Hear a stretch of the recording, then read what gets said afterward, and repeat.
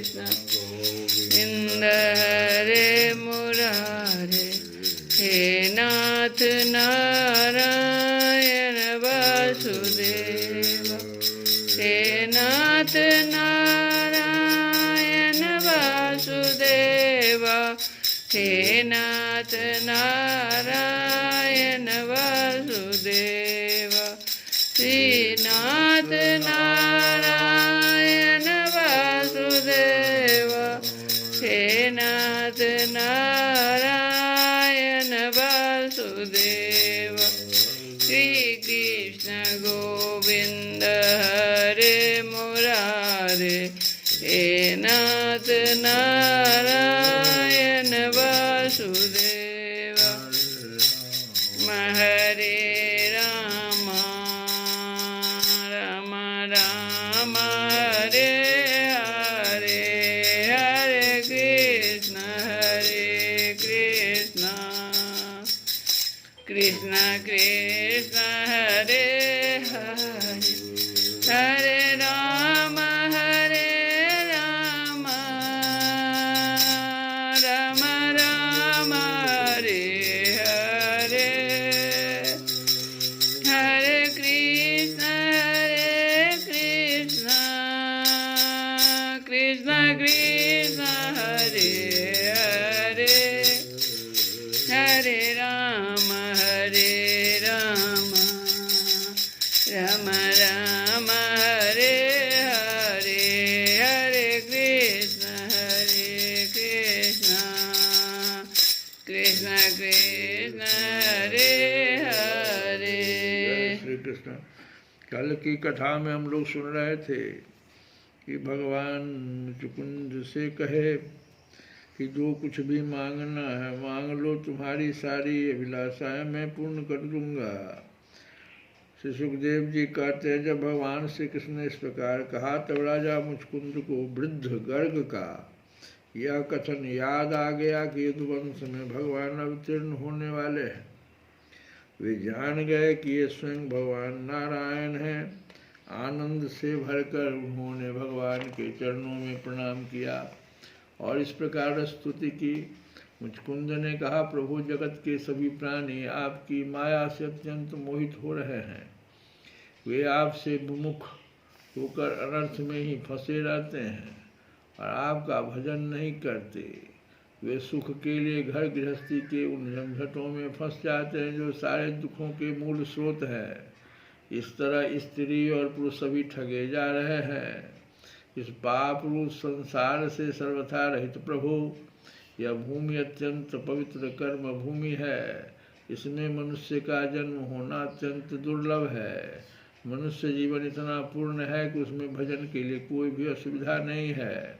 अपने परम सौभाग्य और भगवान की अहेतु की कृपा से उसे अनायास ही प्राप्त करके भी जो अपनी मति गति असत संसार में ही लगा देते हैं और तुच्छ विषय सुख के लिए ही सारा प्रयत्न करते हुए घर गृहस्थी के अंधेरे कुएं में पड़े रहते हैं, भगवान के चरण कमलों की उपासना नहीं करते, भजन नहीं करते, वे तो ठीक उस पशु के समान हैं जो तुच्छ तृण के लोभ से अंधेरे कुएं में गिर जाता है। भगवान, मैं राजा था, राज्य लक्ष्मी के मद से मैं मतवाला हो रहा था। इस मरने वाले शरीर को ही तो मैं आत्मा अपना स्वरूप समझ रहा था और राजकुमार रानी खजाना था पृथ्वी के लोभ मोह में ही फंसा हुआ था। उन वस्तुओं की चिंता दिन रात मेरे गले लगी रहती थी। इस प्रकार मेरे जीवन का यह अमूल्य समय बिल्कुल निष्फल व्यर्थ चला गया।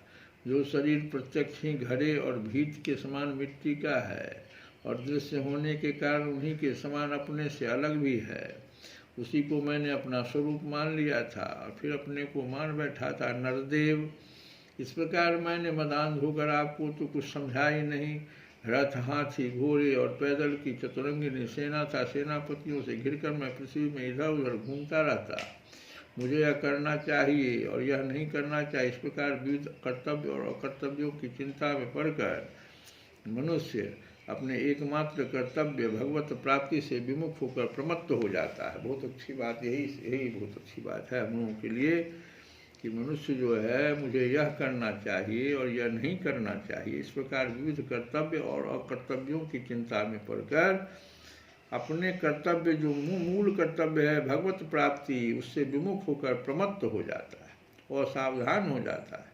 संसार में बांध रखने वाले विषयों के लिए उसकी लालसा दिन गुनी रात चौगुनी बढ़ती जाती है, परंतु जैसे भूख के कारण जीभ लपलपाता हुआ सांप और सावधान चूहे को दबोच लेता है, वैसे ही काल रूप से सदा सर्वदा सावधान रहने वाले आप एकाएक उस प्रमादग्रस्त प्राणी पर टूट पड़ते हैं, उसे ले बीतते हैं।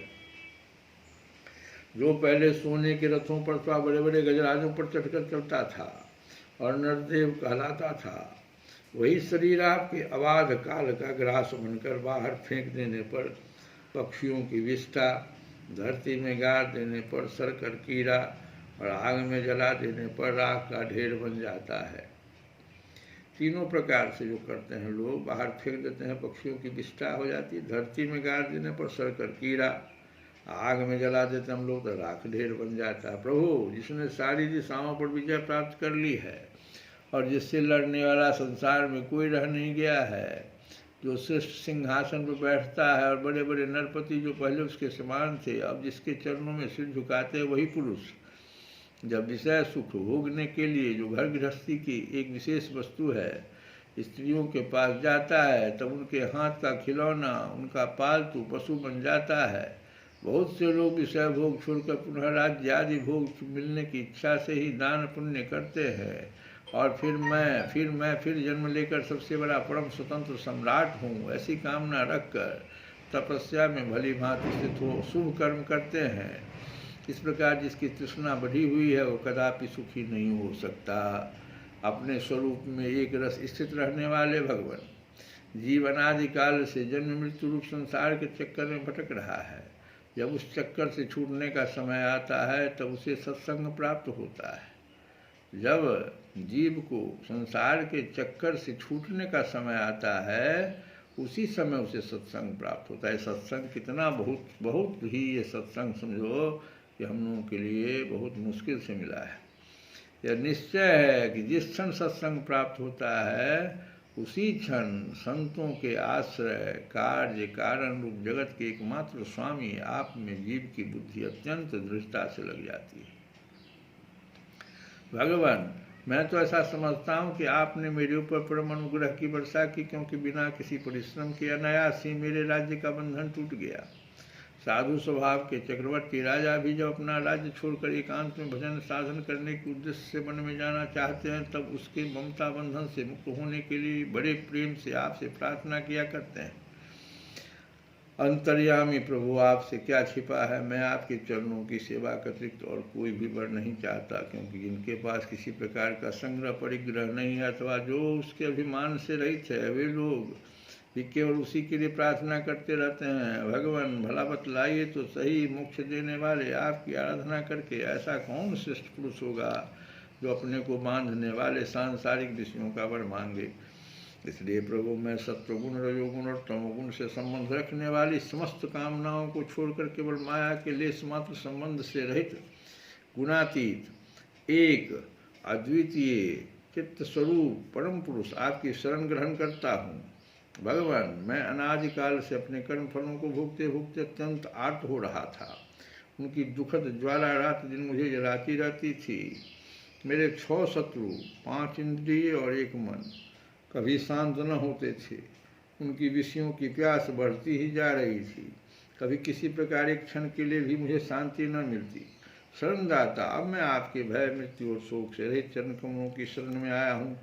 सारे जगत के एकमात्र स्वामी परमात्मा आप मुझ शरणागत की रक्षा कीजिए। भगवान श्री कृष्ण ने कहा, सार्वभौम महाराज तुम्हारी मति तुम्हारा निश्चय बड़ा ही पवित्र और ऊंची कोटि का है। यद्यपि मैंने तुम्हें बार बार वर देने का प्रलोभन दिया फिर भी तुम्हारी बुद्धि कामनाओं के अधीन न हुई। मैंने तुम्हें जो वर देने का प्रलोभन दिया वो केवल तुम्हारी सावधानी की परीक्षा के लिए। मेरे जो अनन्य भक्त होते हैं उनकी बुद्धि कभी कामनाओं से इधर उधर नहीं भटकती। जो लोग मेरे भक्त नहीं होते वे चाहे प्राणायाम आदि के द्वारा अपने मन को वश में करने का कितना ही प्रयत्न क्यों न करें, उनकी वासनाएं क्षीण नहीं होती और राजन उनका मन फिर से विषयों के लिए मचल पड़ता है। तुम अपने मन और सारे मनोभावों को मुझे समर्पित कर दो, मुझ में लगा दो और फिर स्वच्छंद रूप से पृथ्वी पर विचरण करो।